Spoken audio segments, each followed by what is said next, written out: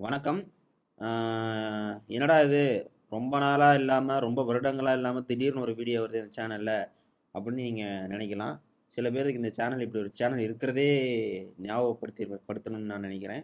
ஏன்னா 2 இயர்ஸா எந்த வீடியோவும் போடல, ஆக்டிவாவும் இல்ல. ஏன்னா அதுக்கு நிறைய காரணங்கள் இருக்குது. ஆ, நிறைய வேலைகள் இருந்துச்சு. அதனால சேனல்ல ஆக்டிவா இயங்க முடியல. இப்போ வந்து ஆக்சுவலா சேனல்ல வந்து கன்டினியூஸா ஆக்டிவா இருக்க முடியல அப்படின்றதுக்காக ஸ்பாட்டிஃபைல பாட்காஸ்ட் சேனல் இதே பேரில் வரக்கு நிப்பா அப்படின்ற பேரில் ஸ்பாட்டிஃபைல பாட்காஸ்ட் சேனல் ஆரம்பிச்சிருக்கோம். கிட்டத்தட்ட 2 மாதமாக போயிட்டுருக்குது. ஆரம்பிச்சு 2 மந்த்ஸ் ஆச்சு. ஒரு 4 எபிசோட்ஸ் பக்கமாக ரிலீஸ் ஆயிருச்சு. நல்ல வரவேற்பு இருக்குது.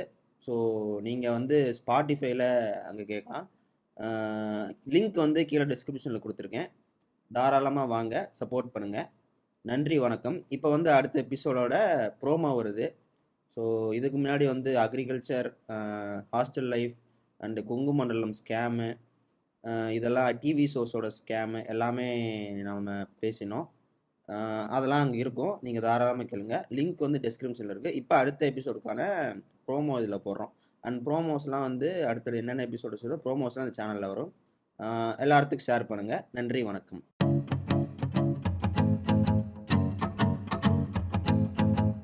வட்ட வட்ட பாறையிலே பாறையிலே வட்ட வட்ட பாறையிலே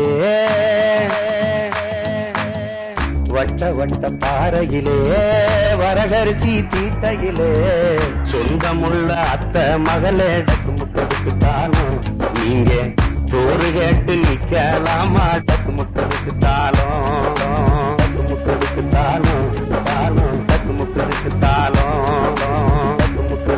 முக்கெடுத்தாலும் டக்கு முக்கெடுத்தாலும் வட்ட வட்ட பாறையிலே வரகரிசி தீட்டையிலே சொந்தமுள்ள அத்தை மகளே டக்கு முக்கெடுத்தாலும் நீங்க சோறு கேட்டு நிக்கலாமா டக்கு முக்கெடுத்தாலும் அவன் பாடுறான்.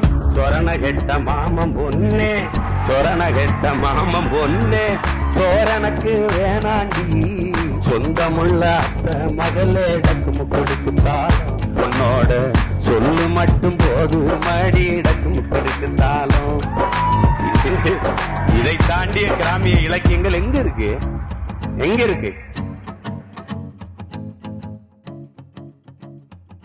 இப்ப எப்படின்னா எல்லாத்துக்குமே பின்னாடி ஒரு கம்பெனி இருக்கும். ஃபர்ஸ்ட் எந்தெந்த கட்சிக்கு பின்னாடி என்னென்ன கம்பெனி இருக்குன்னு எல்லாரும் ஃபர்ஸ்ட் தெரிஞ்சுக்கிட்டா வந்து தெரியும், இது பண்ண முடியும்.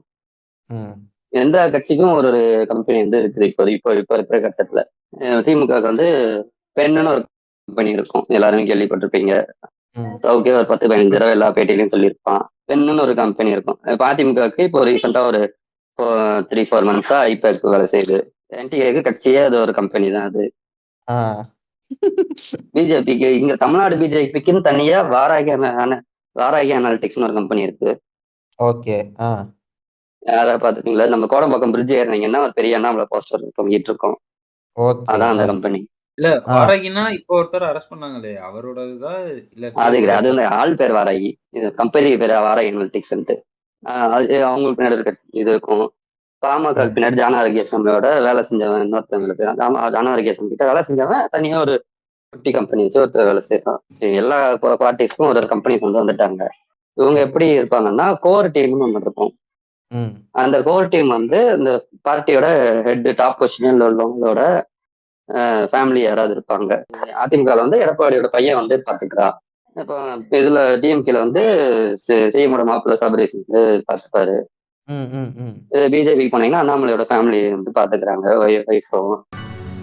உதயநிதி உதயநிதி உலகம் போற்றும் உதயநிதி உதயநிதி உதயநிதி உலகம் போற்றும் உதயநிதி ஊருக்காக உழைத்திடவே உதயமான புதிய நிதி உதயமான